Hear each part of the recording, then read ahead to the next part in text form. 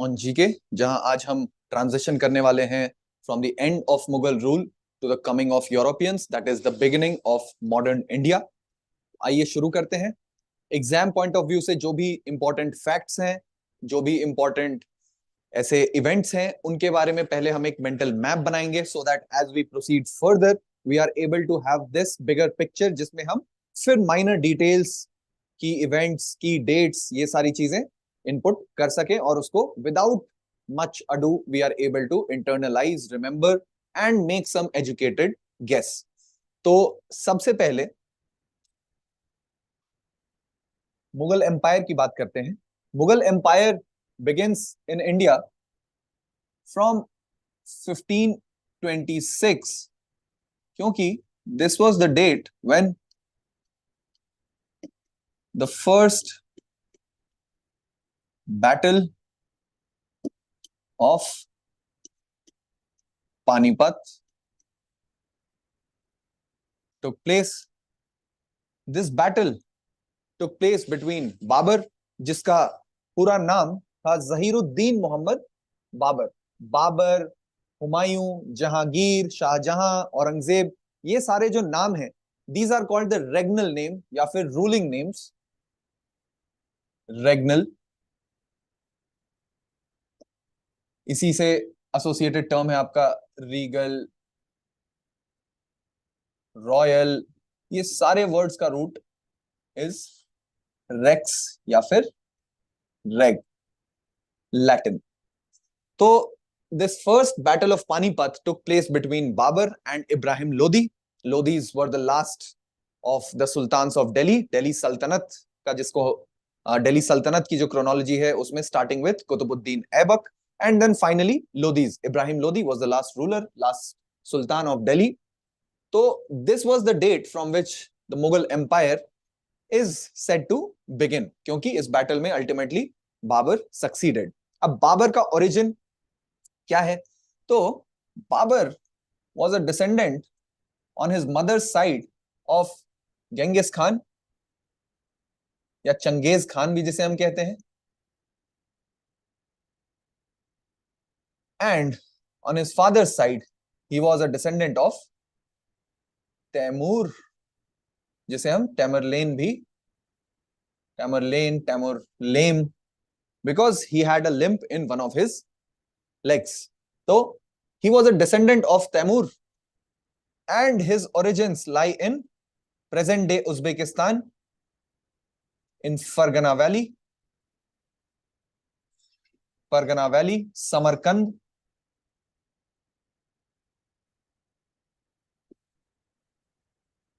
Taimur had come to India, he had plundered India, जैसा कि Mongols continuously कर रहे थे starting from the time of Alauddin Khilji. तो in the year 1398 Timur came to India, he plundered, उसको sack of Delhi भी बोलते हैं इस इवेंट को, but he did not plan to rule India.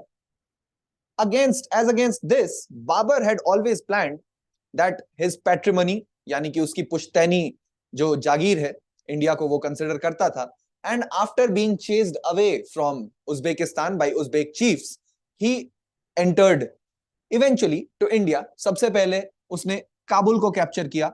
Kabul is also part of the gateway of India, that has been the route historically through which all the conquerors starting from Alexander have come to India। उसके बाद इन्होंने Bajaur fort को attack किया और conquer किया। Bajaur fort को जब इन्होंने अटैक किया तो जो इसके सोल्जर्स थे, they were mesmerized, as it is written, mesmerized, किस चीज ने mesmerize किया इन्हें? a new type of weaponry, the matchlock। तो आपने देखा होगा पुरानी मूवीज में कि एक आयरन का बॉल पहले डाला जाता था with some gunpowder and then certain setting was pulled in the gun and that is how it was fired। So a volley of fires was used to repel enemies, to kill enemies, and soon their mesmerized state ended up in their deaths as Babur's army started shooting them, and very soon in a matter of half an hour they were able to conquer। तो यहां से हमें यह जानना चाहिए matchlocks and cannons. See, if a question is asked कि India में gunpowder किसने इंट्रोड्यूस किया, तो if there is the option of Mongols, तो आपको उसमें टिक करना चाहिए कि मंगोल्स के द्वारा उसको इंट्रोड्यूस किया गया इंडिया में, because for the first time against Alauddin Khilji when the Mongol invaders came, they used cannons. And around this time, there were other empires as well around the world, जैसे कि टर्की में there was Salim the first, then in Iran, जिसे कि उस समय Persia भी कहा करते थे, और टर्की की जगह इसको हम आज के डेट में वो टर्की है, पुराने टाइम में it was the Ottoman empire. So the Ottoman empire, then the Persian empire of Shah Ismail, and Babur's empire in Hindustan or India.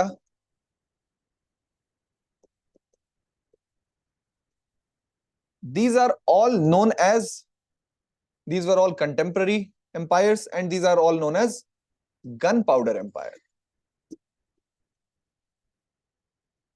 Gunpowder empires.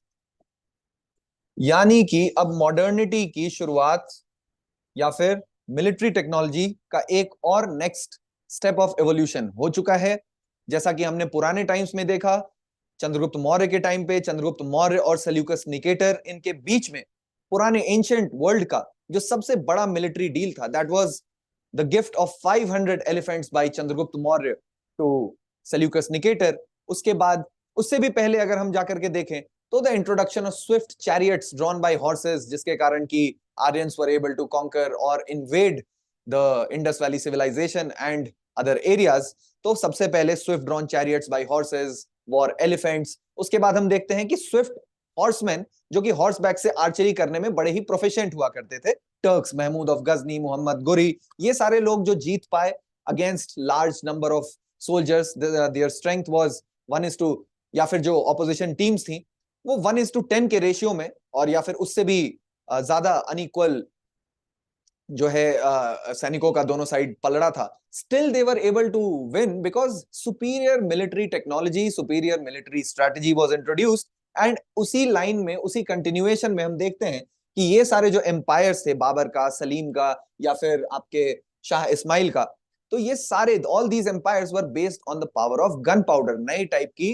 Weaponry introduce होने के कारण these were able to be, these people, these conquerors were able to be victorious. They vanquished their enemies because of a superior technology, that was the matchlock, एक नए प्रकार की बंदूक, and cannon was already for some time it had been in use in warfares. So we should remember that all these three were the contemporary gunpowder empires. इसके बाद first battle of Panipat in 1526, उसके बाद Babur fights the Battle of Khanwa. So Battle of Khanwa was even more important than the Battle of Panipat because this ultimately decided the fate of India, क्योंकि Rana Sanga had amassed or had collected people from Rajput Confederacy. He had brought them together, and the numbers, he outnumbered Babur's men by a great number, by a large number. So his numbers went somewhere around 100,000 troops, whereas Babur only had some 10,000 to 14,000 troops. Still, Babur was victorious because of his guns. His memoir was known as the Baburnama, जिसे हम तुजूक ए बाबरी भी कह सकते हैं। Tuzuk e Baburi, times Tuzuk e Baburi. So Babur was a very well-educated, literate person, जिसको ये memoirs लिखना पसंद था, and he was also very much interested in biology, poetry, theology. So Akbar was the only person who could not be educated because while the time when he was born, Humayun was in exile. वो भागा भागा फिर रहा था शेरशाह सूरी से बचता हुआ. Eventually he was able to capture, as we will see. So remember this Baburnama, it is an autobiographical work. Autobiography, खुद से लिखी हुई biography.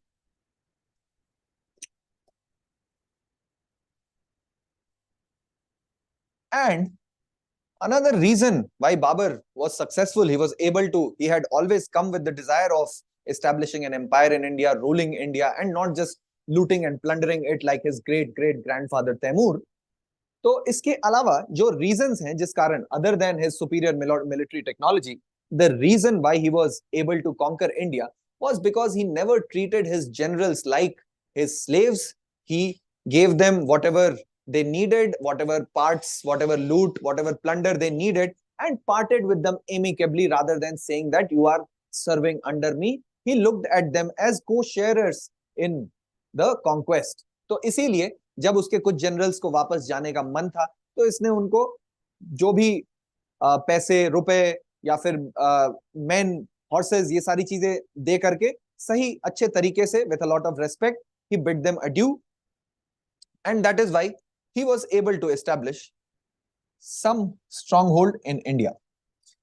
इसके बाद ये बात हम ऑलरेडी कर चुके हैं कि he came from Samarkand in Fergana valley in present day Uzbekistan. He was a descendant of Taimur, and his children were Humayun, Kamran Mirza, Hindal, and Gulbadan Begum. Now, Gulbadan Begum will be the one who will write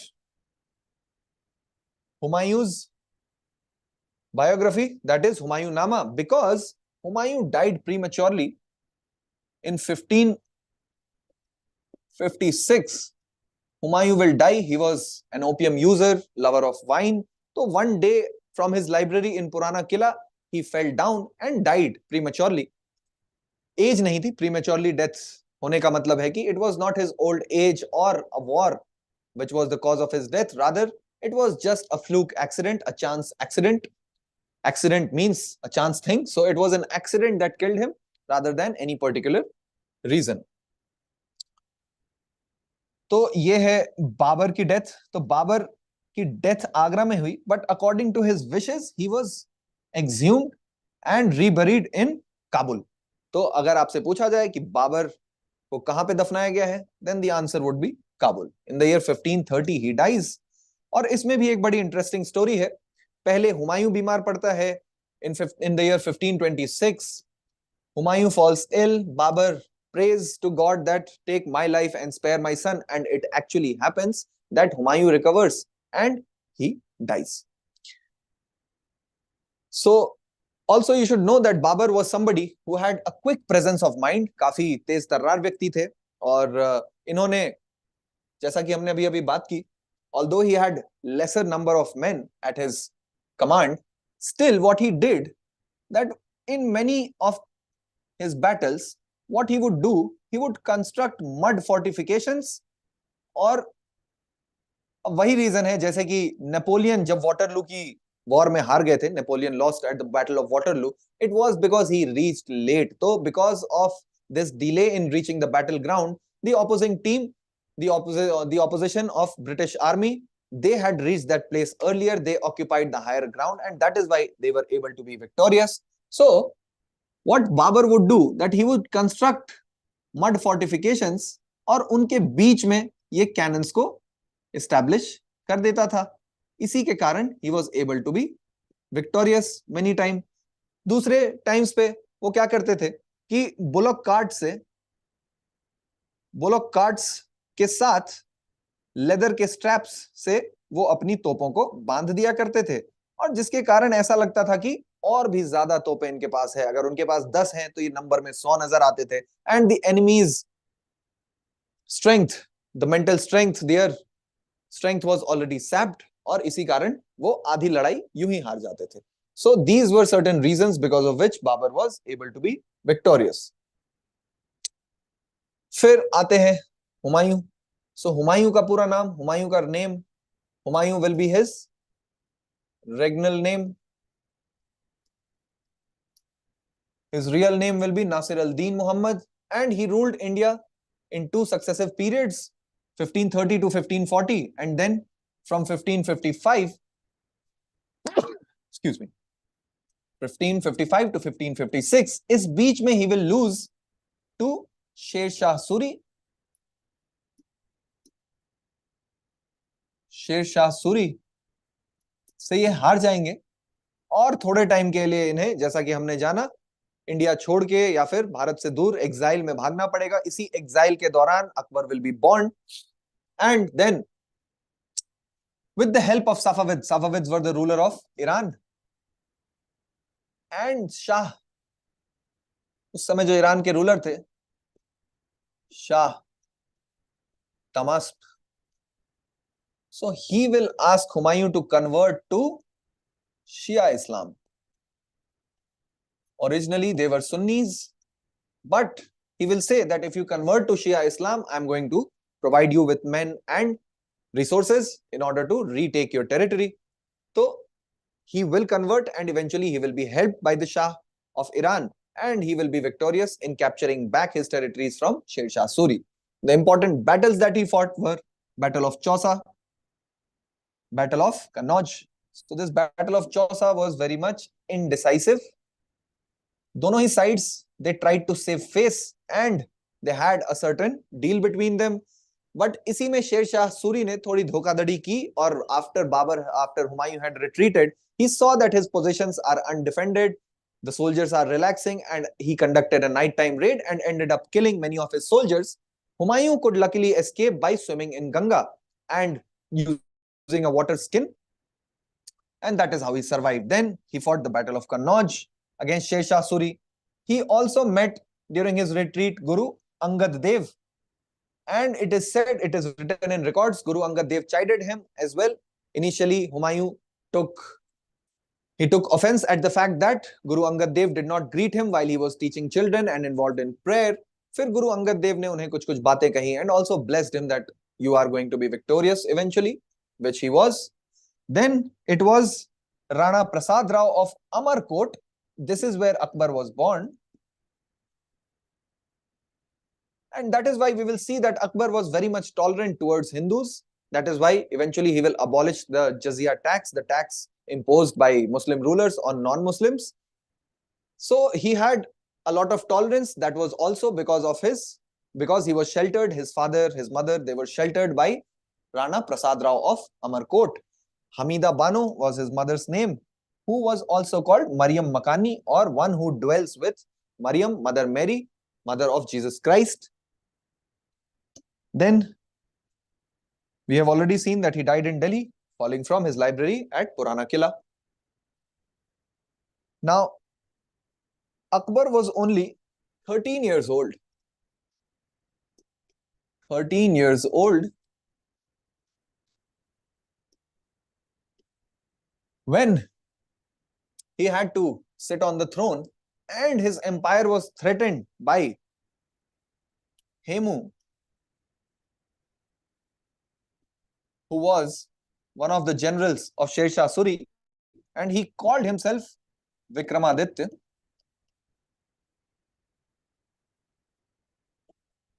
तो इनको कभी-कभी हेमचंद्र विक्रमादित्य भी बोला जाता है.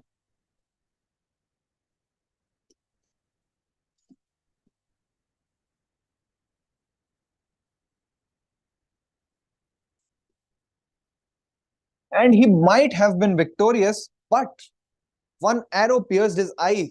He was fully armored from head to toe, but the eye was pierced by one of the arrows and he died. And like in the game of chess, which was invented in India, once the king dies, the game has no meaning, the war has no meaning, the soldiers lose interest, they lose hope. And that is how Akbar was able to win under the generalship of his guardian, Bairam Khan. So he was asked by his soldiers to behead Hemchandra Vikramaditya, which he did. And then he sat on the throne, he started ruling. And it is said that Akbar was illiterate all his life, but being illiterate, he was not stupid. He had a very great memory and he had a lot of zeal to learn. So with this great memory, he interacted with a lot of people and was able to come out with different kinds of new inventions, new tactics, new strategies. So he was a very smart person, although he was not as literate. He was not able to read and write unlike his grandfather and father, Babur and Humayun. Then it was Akbar. His name was Jalaluddin Muhammad, and Akbar was a name lovingly ascribed to him by his subjects. Then he laid solid material as well as moral foundations. Material का मतलब हो गया कि जो revenue demands थी, जो revenue demand हुआ करती थी, that used to be arbitrary, and the jagirdars, the mansabdar, he instituted the mansabdari system, which was an improvement upon Sher Shah Suri's system. तो इन्होंने एक फंडामेंटल चेंज किया अकबर ने, and these are some of the reasons why he is called Akbar the great. तो revenue demand यानी कि his empire stretched from the Helmand River in Afghanistan, present day Afghanistan, Helmand River to Orissa, and from Punjab to Gujarat. अब इतने बड़े empire में there are different kinds of soils, different climatic regions, और वहां पे अलग अलग produce अलग अलग क्वांटिटीज में हो पाएगा. तो rather than having arbitrary revenue demands, what he did, he initially cancelled all the fiefs. सारी जागीरें उन्होंने कैंसिल की सबसे पहले. उसके बाद उन्होंने सारे ही जागीरदारों को कैश पेमेंट देना शुरू किया from the treasury. He asked all the revenue officers to collect the data on how much was produced, what was produced, and based on this data of a decade, 10 साल का data इकट्ठा करने के बाद he set the revenue demand, which laid these solid material foundations. As far as moral foundations are concerned, he came up with Deen-e-Ilahi. He abolished the jizya tax, and other than this, he also promised to not hunt on certain days, and he cut his hair short in a certain year. And that is how we call him to be Akbar the Great, because the greatness lies in the fact that these people realized that the empire should not be thinly stretched. ये है वो गलती जो कि Aurangzeb commit करेगा. औरंगजेब ने empire को इतना ज्यादा एक्सटेंड कर दिया कि while he was in the south, territories were being attacked. In the north, when he went to the north, then territories of south started being lost. So Akbar realized that rather than conquering more areas, what he should do is that he should focus on consolidation through spiritual. Through spiritual means through establishing a new kind of religion, not a religion as such, but a new kind of way of life, and something similar to Ashoka the Great he will try. And that is how he will be known as Akbar the Great. Then he married the daughter of Raja of Amber. मिसनॉमर है जोधाबाई. आप लोगों ने कई बार देखा भी होगा कि इस पे कई सारे कंट्रोवर्सीज भी होती रहती हैं. सो जोधाबाई की जगह हम इन्हें मरियम उज जमानी रेफर करना बेटर है. The mother of Jahangir, Mariam uz Zamani. That means Mary of that age. So she was the mother of Jahangir, his son, and his son he did not have any sons till very late in his life, and it was after the blessings of Sheikh Salim Chishti that his son was born, and that is why he was lovingly called Salim. Jahangir was lovingly called Salim. Then he conquered Gujarat in the year 1574, and in order to commemorate his victory, he built Buland Darwaza, Fatehpur Sikri. Buland Darwaza, it is a victory arch, and it is the highest gateway in the world. We should know this fact. Then, as I mentioned, the material foundations. So he instituted the Mansabdari system. अब Mansabdari system में हर Mansabdar का दो तरीके के ranks होते थे. This was his rank. कितने सिक्के, कितनी रकम उनको पे की जाएगी, और what was his payment grade, पे ग्रेड, जिसे आज के डेट में हम पे ग्रेड बोलते हैं. दैट वाज द जात, एंड सवार was the number of horsemen that a mansabdar was supposed to command. So these mansabdars were in a way, these mansabdars were the co-sharers of his realm. Co-sharers of his realm. Unlike Delhi sultans, जहां पे military slavery हुआ करती थी, military slavery. आपको याद होगा, हमने जब मीडिएवल इंडिया की पढ़ाई कर रहे थे तो ये बात करी थी, ये बात की थी कि स्लेव डायनेस्टी रेफर किया जाता है, स्लेव डायनेस्टी। किसको? कुतुबुद्दीन ऐबक को।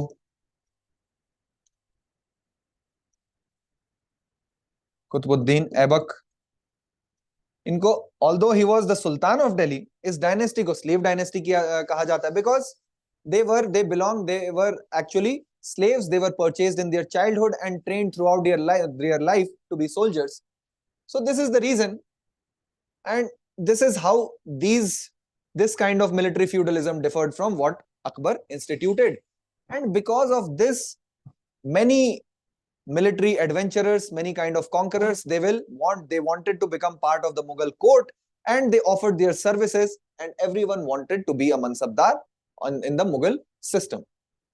Now these mansabdars, they were appointed personally by Akbar, as they were, as I've already told you, co-sharers of the realm, and they served as the subcontractors taking care of the military market. And the Mughal war machine, as we know it in history, the Mughal war machine was very, very expensive. The emperors were constantly in camps, और फतेहपुर सिकरी भी अगर आप देखेंगे तो it has been built like a camp. It has been built, its structure is like that of a camp. Fatehpur Sikri.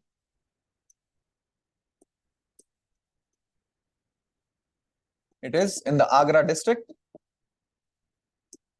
And it reflects a sort of openness, just like Akbar was open-minded. So architecture always reflects the philosophy of the constructor.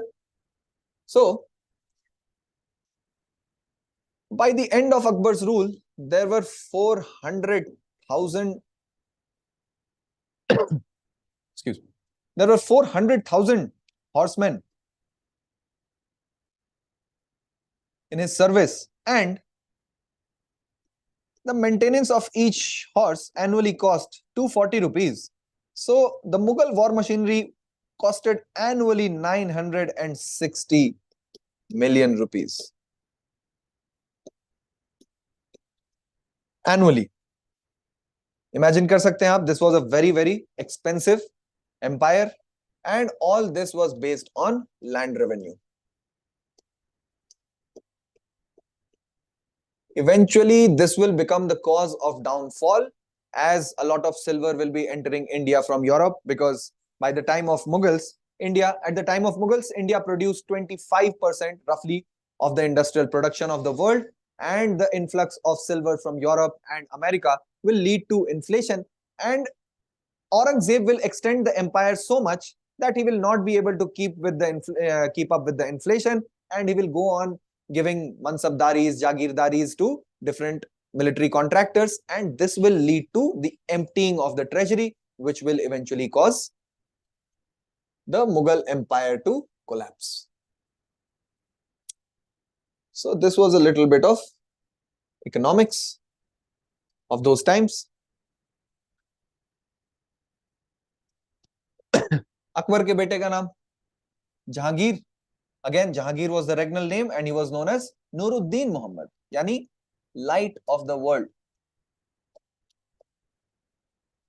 Light of the world, literally, he was for Akbar his light of the world, because one of his twin brothers already died and another of his brother also died. So he was the only surviving son of Akbar, and he did rebel at times. Even when while Akbar was alive, he did rebel against him because of his love interests.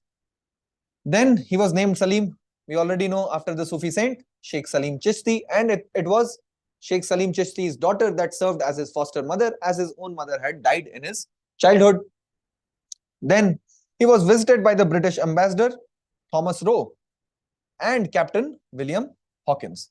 So Captain William Hawkins will be unsuccessful at securing a farman. Basically, they wanted a farman to be able to set up a factory in Surat, but because of Portuguese domination, Jahangir will not allow this.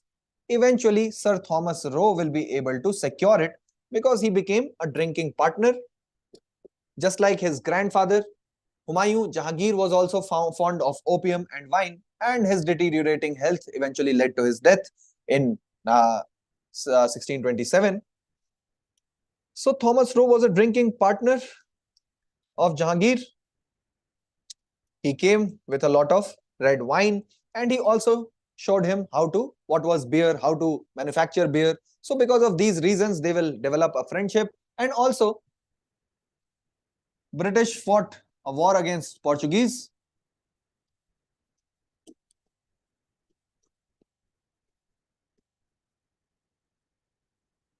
War against Portuguese. And after that, they will be allowed to construct a factory in Surat. तो factory का मतलब जो इस time पे है, I would like to tell you, factory was not because industrial revolution had still not taken place. तो ये factories का मतलब basically was entrepots, यानी कि जहां पे फैक्टर्स व्यापारी ट्रेडर्स जहां पे सारा सामान इकट्ठा करके अलग अलग जगह पे भेजा करते थे, इसलिए इनको फैक्ट्रीज बोला जाता था. And the British were able to establish their first factory at Surat. We will see eventually. Then his memoir is known as Tuzuke Jahangiri. He wrote his own autobiographical account, and it was written in Persian language. Babarnama was written in the Chagtai language, जिसे हम तुर्की भाषा भी कहते हैं. इस तुर्की को Turkish से confuse मत कीजिएगा. This is the language of Central Asia, Turkmenistan and those regions, Uzbekistan. But Tuzuke Jahangiri, अब इस टाइम तक Persian court culture has been well introduced in the Mughal court culture. Mughal court was based on Persian culture. It was just like the French culture dominated Europe, इसी तरह Persian culture dominated the Mughal court. Then he was also a connoisseur of art, and he introduced portrait making.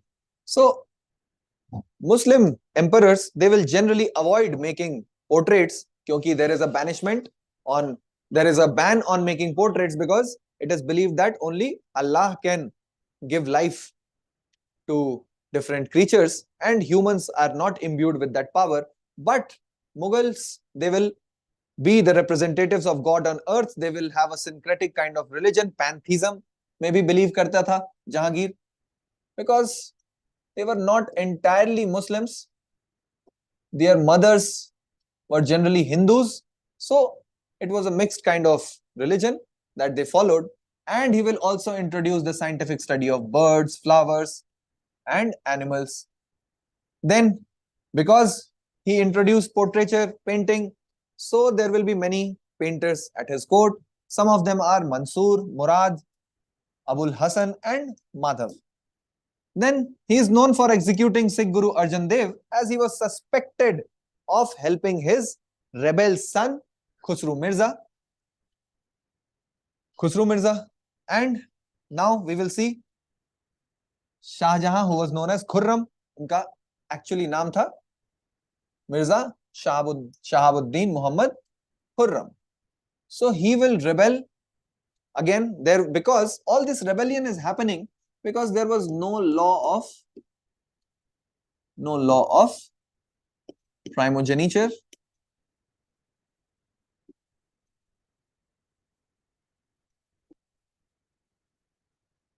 यानी कि generally the first born son is given the right to rule. Well, लेकिन Mughal empire में there was no law, just like in Mongol Empire. बिल्कुल Mongol empire की तरह वहां पे भी there was no law of primogeniture. Whoever was the most ruthless, the most brutal and able to wrest power, उसी को rule करने का अधिकार मिलता था. तो इसी कारण हम देखेंगे कि every other successor will rebel against his father. Now he was a patron of architecture, जैसा कि सब जानते हैं, world famous, one of the wonders of the world. Taj Mahal was constructed on his orders in memory of his beloved wife Mumtaz Mahal, and he also constructed the Shah Jahani Mosque or the Jamia Masjid of Thatta. This lies in the Sindh province. Sindh. Then he was defeated by Guru Hargobind at the Battle of Amritsar Battle of Kartarpur, and he appointed. So when he was about to die, when he started falling sick, he had appointed his son Dara Shikoh to be the ruler, but Aurangzeb, a very brutal ruler, he will end up killing Dara Shikoh and bringing his head, presenting his head on a platter to Shah Jahan. He will also imprison Shah Jahan in the Agra fort till his death. And it was because of Aurangzeb that this term you must have heard, kingship knows no kinship. Kingship knows no kinship. As you can see, he murders, and not just murders, he murders his brother very brutally, and he will imprison his own father. So Dara Shikoh, this is a fact that historians often wonder what would have been the situation in India if Dara Shikoh had become a ruler, because he was a very well educated prince. He read the Upanishads, he translated them, two of his books. These days, the spokesperson of BJP keeps mentioning his name and the books by him very often. So they are Sir-e-Akbar,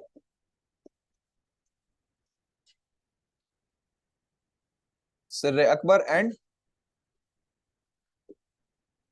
Majma al-Bahrain. So these were the translations of Upanishads.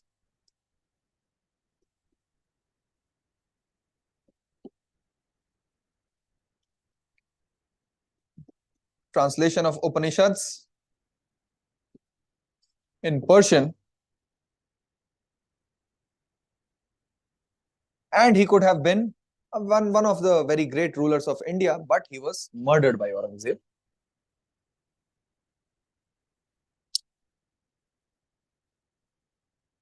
So Shah Jahan will die in 1666. Then Aurangzeb, his name was Muhi al-Din Muhammad. Regnal name was Alamgir, light of the world. Not light of the world, ruler of the world. And under him, Mughal Empire reached its greatest extent. This is where the last great Mughals come to an end. He was the last great Mughal ruler under whom the empire was stable, it was vigorous, but it was because of Aurangzeb's policy that the empire started losing his vigor, because of his thirst for more land, for conquering, for increasing the extent of his empire. And he was succeeded by Bahadur Shah I. So when Bahadur Shah I came to the throne in 1707, then he was already 65 years old. After having fought with all his brothers, he was already 65 years old when he came to the throne, when he ascended the throne. And you will see that from here on, the decline of Mughal Empire begins. And this is the beginning of the modern period in Indian history. Now, there were various reasons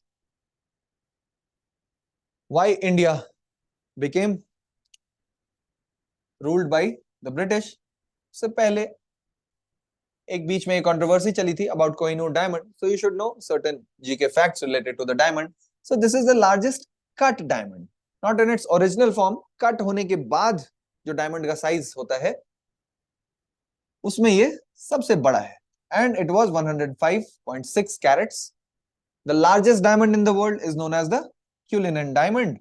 और अभी recently, last week, the second largest diamond has been unearthed in the African country of Botswana. Now, originally it was part of Shah Jahan's treasury. It was also part of the Peacock throne. But this Peacock throne, as we know, was looted by Nadir Shah. Then eventually it will become part of the Sikh Empire, and it will be handed over to Queen Victoria by the 11-year-old Maharaja Dalip Singh. And it is said that this Kohinoor diamond is never worn by a male prince or king because it brings bad luck, and it has only, ever since it has been part of the British Empire, belonging to the British Empire, it has only been worn by the women. Then reasons, as we have seen, the successors were quite weak. Reasons for decline of the Mughal Empire.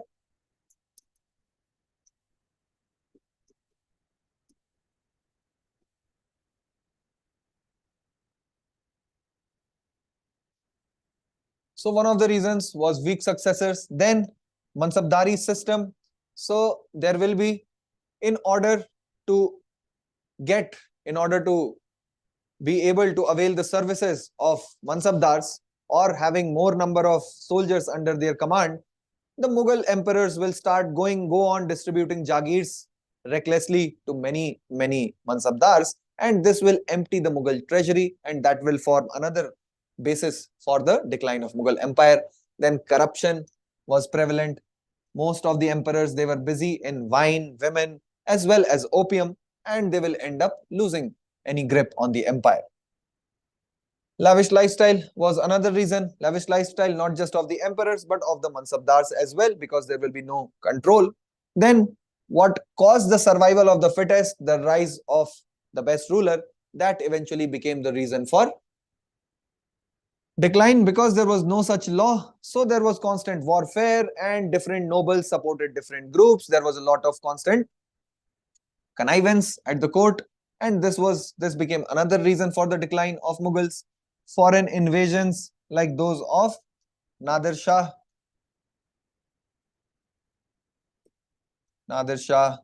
and Ahmad Shah. One of the generals of Nadir Shah, Ahmad Shah Durrani. Remember his name because now will be fought the third battle of Panipat. The second battle of Panipat was fought between Akbar under Bairam Khan and Hemchandra Vikramaditya. First one between Babur and Ibrahim Lodi. And the third battle of Panipat will be fought between Ahmad Shah Durrani and the Marathas.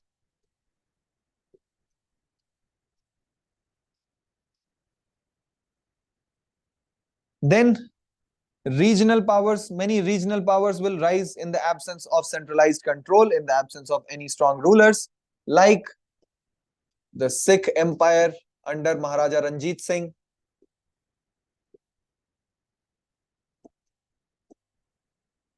Maharaja Ranjit Singh is said to have the strongest army in India at that point, as almost comparable to that of the British, because he had many Europeans in his service and they set up a very strong military for him. So Maharaja Ranjit Singh.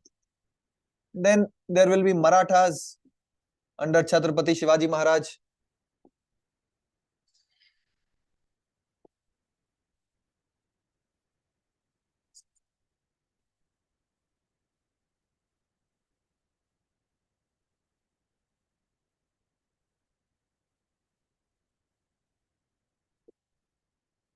Then in Bengal,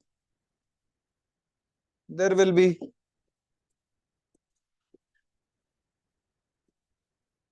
Murshid Quli Khan. In Awadh,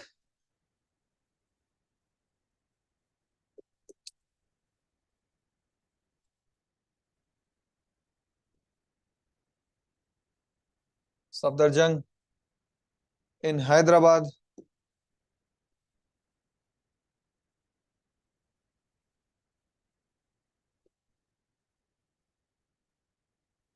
Asafjahi dynasty, Asafjah. So all these rulers, they were at one point not Maharaja Ranjit Singh, but others like in Bengal, Murshid Quli Khan or Safdarjung or Asafjah. At one point, they were generals in the Mughal court, and they will end up carving their own spheres of influence, a territory for themselves, and this is how Mughal empire will break down and it will eventually come to an end. So they did not part away from the empire completely. They were still loyal to the Mughal emperor, and they did form a coalition whenever it was needed, but they will have constant warfare, and Mughal empire will exist only in name. Mughal empire ends ultimately in 1857 when Bahadur Shah Zafar was exiled to Burma. With Bahadur Shah, his pen name as a poet he liked to call himself. So this will be Bahadur Shah the second, because we have seen Bahadur Shah the first succeeded Aurangzeb, this will be Bahadur Shah II. His pen name was Zafar, and he was exiled to Burma. The British exiled him to Burma, ended his pension, and eventually he died there in Burma. And the coming of European powers will be another reason for the decline of Mughal Empire. Then arrival of the Europeans. So Portuguese, they were the first to arrive in India. We know that in the year 1498, Vasco da Gama landed in Calicut on the western coast of India in Calcutta. At that time, Zamorin rulers used to rule, and they allowed them concessions. They helped them. They helped them with their trade, allowed them to trade, and they were the last to leave India in 1961, December 1961. And it was through an army operation. Armed forces took Goa, Daman and Diu, these bastions of Portuguese empire still left in India. Jawaharlal Nehru had hoped that under world pressure, under world opinion, Portuguese are going to leave India. But since they did not, India had to resort to a military operation, which was called Operation Vijay. So remember that the Portuguese were the first to come and the last to leave, and the last to come and the first to leave were the French in India. Then we have different sailors, different Portuguese who established, who did different things in setting up the Portuguese empire in India. Not an empire, it never reached a very big empire, because these were mainly ocean-based powers, and they were more in the fashion of pirates, sea pirates, who asserted dominance. They introduced what is known as the Cartas system, or Carta simply means paper. So they gave these papers, they sold these licenses to different merchants and trading ships in return for money, and they offered them protection against other sea pirates and competing empires. So he was the one, Pedro Alvarez Cabral, who will establish the first factory in Calicut in 1500. Then Francisco de Almeida, Blue Water Policy, and Alfonso de Albuquerque. He can be said to be the real founder of a Portuguese stronghold in India, as he acquired Goa from Bijapur in the year 1510. Bijapur, part of the southern Sultanate.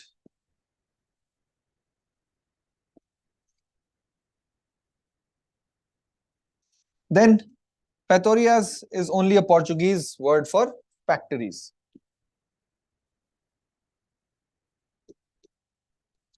So this was another system. Their factories were in Goa, Malacca, where Andaman and Nicobar Islands are situated, and Strait of Hormuz, or Hormuz also, as it was known at those times. And they would direct different ships to these places, and that is how they operated their piracy, or their stronghold over the trading in these Indian Ocean, Arabian Sea, and these places. Then their downfall occurred because Marathas captured Salsette and Bassein in 1739 from them. Salsette and Bassein is where Bombay is situated today. Bombay is actually land reclamation made out of 7 islands of Salsette, Bassein, and Vashi, such different islands. Then the British came to India, as when they saw that the Portuguese are making 60, 70 times profit. So they also, some of the merchants, they formed a guild, and they asked Queen Elizabeth to issue a charter for having a monopoly on the trade east of the Cape of Good Hope. This African part, this is known as Cape of Good Hope.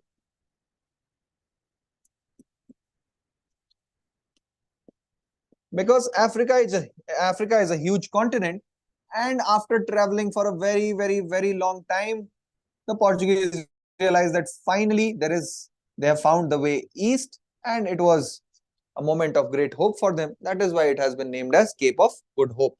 So east of Cape of Good Hope, this East India Company, British East India Company,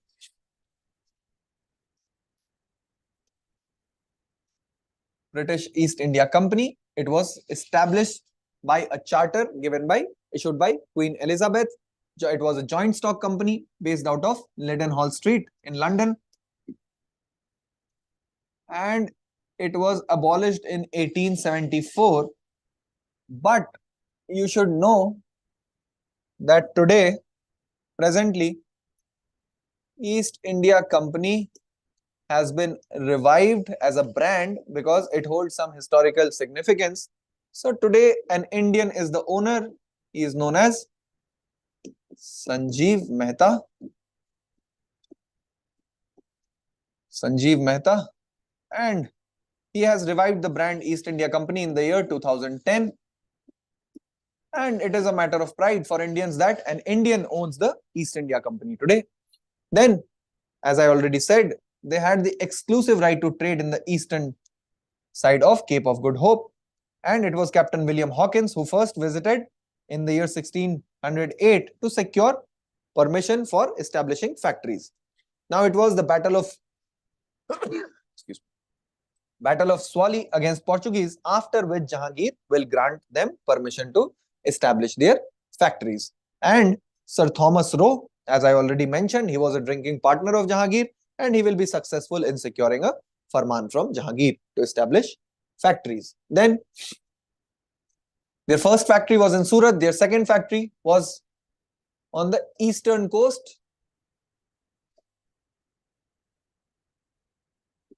in present-day Andhra Pradesh in the year 1616, and they got the right to trade freely in the ports of Golconda.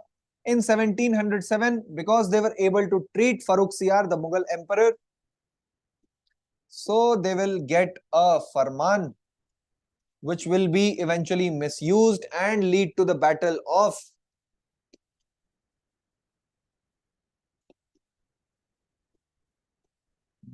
Plassey in 1757, then the Battle of Buxar, because the then Nawab of Bengal, he will say that I do not recognize this farman, and also because the British will be using them for private trade, whereas they were allowed not for, they were given this farman not for private trades, as in the private contractors, they were using it for their own private trade as well. It was allowed for the company. When the company traded, this farman was granted that you will not be charged any taxes, any duties you do not have to give, but they will be misusing it, and the Nawab of Bengal will say that I do not allow it, and this will lead to a confrontation between them.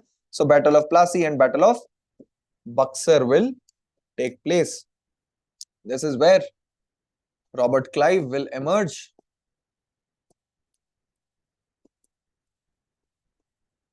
Battle of Buxar in 1764.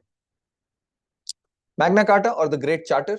So this was the Magna Carta for British, or as we should say, not the British, East India Company. So this will be the Magna Carta for East India Company in India. Then Calcutta was established out of renting these three villages of Sultanati, Kalikata and Govindpur. And usually the guy named as Job Charnock is ascribed as the founder of Kolkata. He established Fort William. It took a long time for construction, 10 years.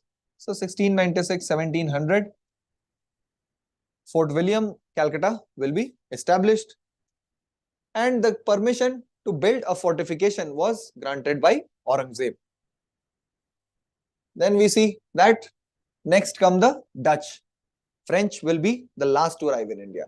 So Dutch will establish their factories at different places in these years. First will be, so in 1602, United East India Company will be formed. In Dutch, it is often called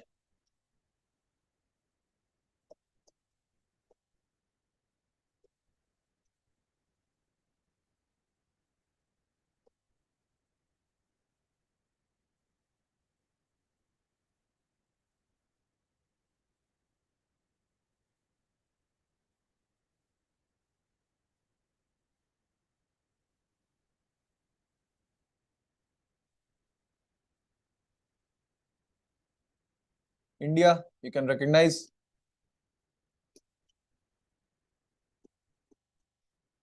Dutch are from Netherlands. Don't confuse them with Danes. Danes are from Denmark.